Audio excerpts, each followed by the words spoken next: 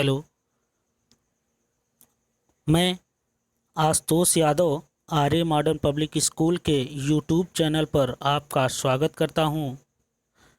जैसा कि हमने पिछले वीडियो में कक्षा 7 के हिंदी के प्रथम अध्याय के बारे में, कविता के बारे में विश्लेषण किया था, अब हम कक्षा 8 के प्रथम अध्याय जिसका नाम है जागरण गीत, उसके बारे में बताने जा रहा हूं।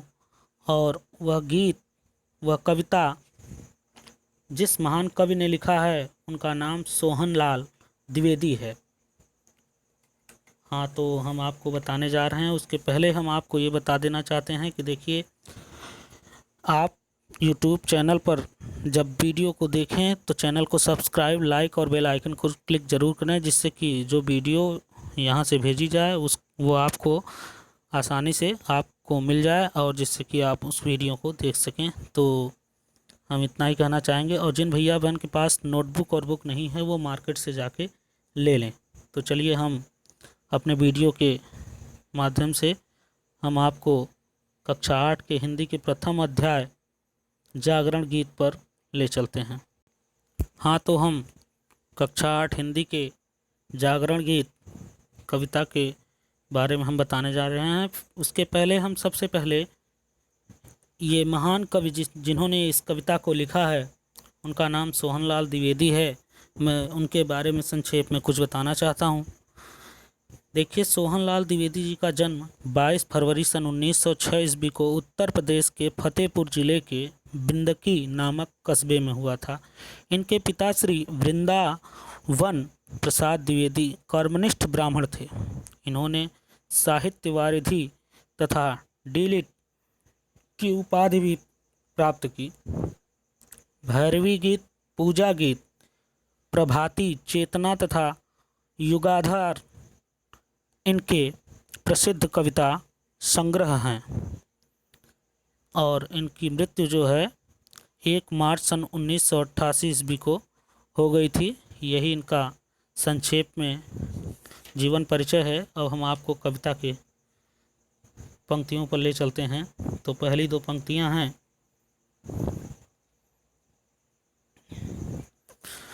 अब न गहरी नींद में तुम सो सकोगे, गीत गाकर मैं जगाने आ रहा हूँ। अतल अस्ताचल तुम्हें जाने न दूंगा, अरुण उदयाचल सजाने आ रहा हूँ।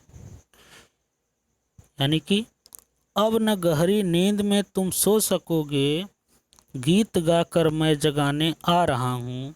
अतल अस्ताचल तुम्हें जाने न दूंगा, अरुण उदयाचल सजाने आ रहा हूँ। कल्पना में आज तक उड़ते रहे तुम, साधना से सिहर कर मुड़ते रहे तुम।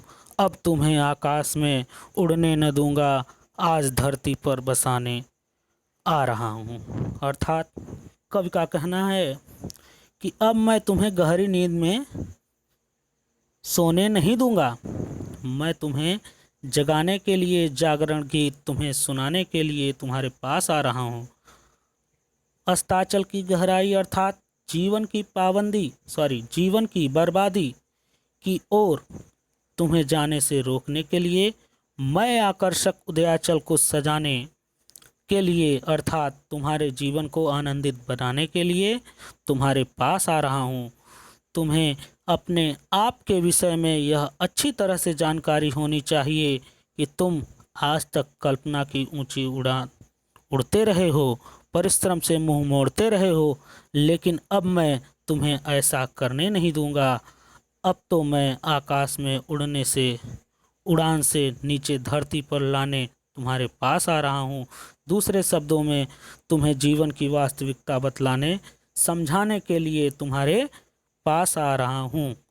चलिए, ये आपका पहली 2 पंक्तियाँ हैं। अब अगली, हाँ, तो चलते हैं। सुख नहीं यह नींद में सपने संजोना, यानी सुख नहीं यह नींद में सपने संजोना, दुख नहीं यह शीश पर गुरु भार ढोना। सूल तुम जिसको समझते थे, अभी तक फूल मैं उसको बनाने आ रहा हूँ। यानी फिर से इस लाइन को दोहराते हैं हम कि सुख नहीं यह नींद में सपने संजोना, दुख नहीं यह शीश पर गुर भार ढोना, सूल तुम जिसको समझते थे अभी तक, फूल मैं उसको बनाने आ रहा हूँ। ये रही। और नेक्स्ट जो पंक्ति है वो ये रही, देख कर मझधार को घबरा न जाना, हाथ ले पतवार को घबरा न जाना, देख ले मझधार को घबरा न जाना, हाथ ले पतवार को घबरा न जाना, मैं किनारे पर तुम्हें थकने न दूंगा, पार मैं तुमको लगाने आ रहा हूँ। अर्थात जो कवि का कहना है कि हे आलसी कायर मनुष्य, हे आलसी कायर मनुष्य, तुम्हें यह बात गांठ बांध लेनी चाहिए कि गहरी नींद में पड़े रहना किसी प्रकार से सुखद नहीं हो सकता।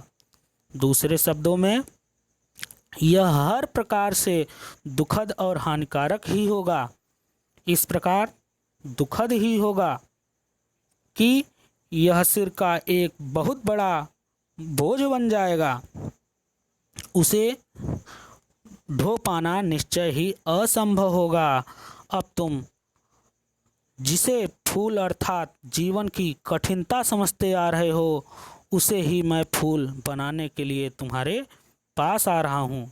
और उसके आगे यानी दूसरी पंक्ति का, कवि का पुनः गहरी नींद में सोने वाले अर्थात जीवन संग्रह से भागने वाले मनुष्य को समुत्साहित करते हुए कहना है कि तुम स्वयं को जीवन सागर के मझधार में पाकर घबराओ नहीं, अपितु धैर्य और हिम्मत से काम लो। जीवन सागर में मझधार से निकलकर किनारे पर आने के लिए तुम धैर्य रूपी पतवार को अपने हाथ में संभाल लो। इस प्रकार जब तुम साहस करोगे तो मैं तुम्हें किनारे पर आने तक उत्साहित करते हुए किसी प्रकार से निराशा नहीं होने दूंगा।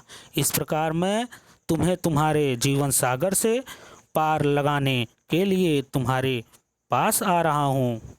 देखिए, ये पंक्तियों की तीसरी और चौथी कड़ी थी। अब हम पांचवी और छठवीं कड़ी पर चलते हैं। हाँ, तो पांचवी और छठवीं कड़ी है, हाँ,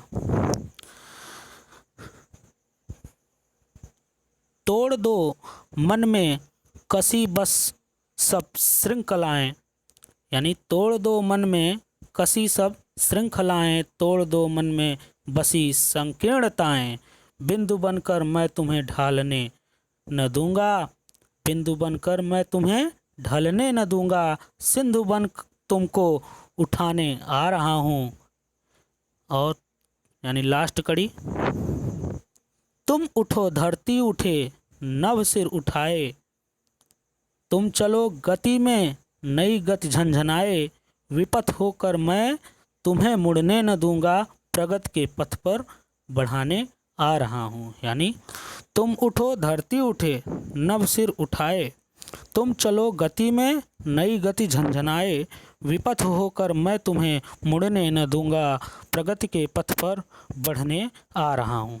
अर्थात कवि का कहना है कि तुम अपने मन को हीन करने वाले विचारों की कड़ियों को खंड खंड कर डालो। इसी प्रकार तुम अपने अंदर के तुच्छ विचारों और हीन भावों का परित्याग कर दो। तुम्हें स्वयं को कम न समझते हुए समुद्र की तरह विशाल और असीमित शक्ति से भरपूर समझना चाहिए। अगर तुम ऐसा नहीं समझते हो तो मैं तुम्हें ऐसा समझाने के भावों को तुम्हारे अंदर से जगाऊंगा। अर्थात लास्ट वाली कड़ी में है, इस प्रकार तुम्हें एक बिंदु के समान जीवन जीने की स्थिति में नहीं रहने दूंगा। मैं तुम्हें समुद्र की तरह जीने देने के लिए, तुम्हारे अंदर सोई हुई भावनाओं को जगाने के लिए तुम्हारे पास आ रहा हूँ। कवि का पुनः जीवन में हारे हुए और निराश व्यक्ति को समुत्साहित करते हुए कहना है कि तुम अब अपनी गहरी नींद से जाग जाओ। तुम्हारी जागृति और चेतना से इस संसार में जागृति और चेतना आ जाएगी। सारा आसमान अपना मस्तक ऊंचा कर लेगा। तुम्हारी गतिशील होने से सब और गतिशीलता आ जाएगी। तुम्हें विकास के पथ पर आगे बढ़ने के उद्देश्य से मैं तुम्हारे जीवन में हारने नहीं दूंगा। इस प्रकार मैं तुम्हें विकास के रास्ते पर निरंतर बढ़ाने के उद्देश्य से तुम्हारे पास आ रहा हूँ। देखिए इस कविता को, यानी कि यह कविता यहीं पर समाप्त होती है। अब हम यह कविता को यहीं पर ख़त्म करते हैं और हम आपको यह बता देना चाहते हैं कि चैनल को लाइक और सब्सक्राइब ज़रूर करिएगा। और इसी वीडियो का जो पाठ का PDF है वो आपके व्हाट्सएप ग्रुप पे जाएगा, तो उसमें जिन पंक्तियों का अर्थ लिखने के लिए रहेगा उसको आप लिखिएगा, और जैसे जैसे प्रश्न और उत्तर देने के लिए उस PDF में रहेगा उसको आप लिखिएगा। और चैनल को लाइक और सब्सक्राइब ज़रूर करिएगा। और हम चाहते हैं इसी के साथ बहुत बहुत धन्यवाद। नमस्कार।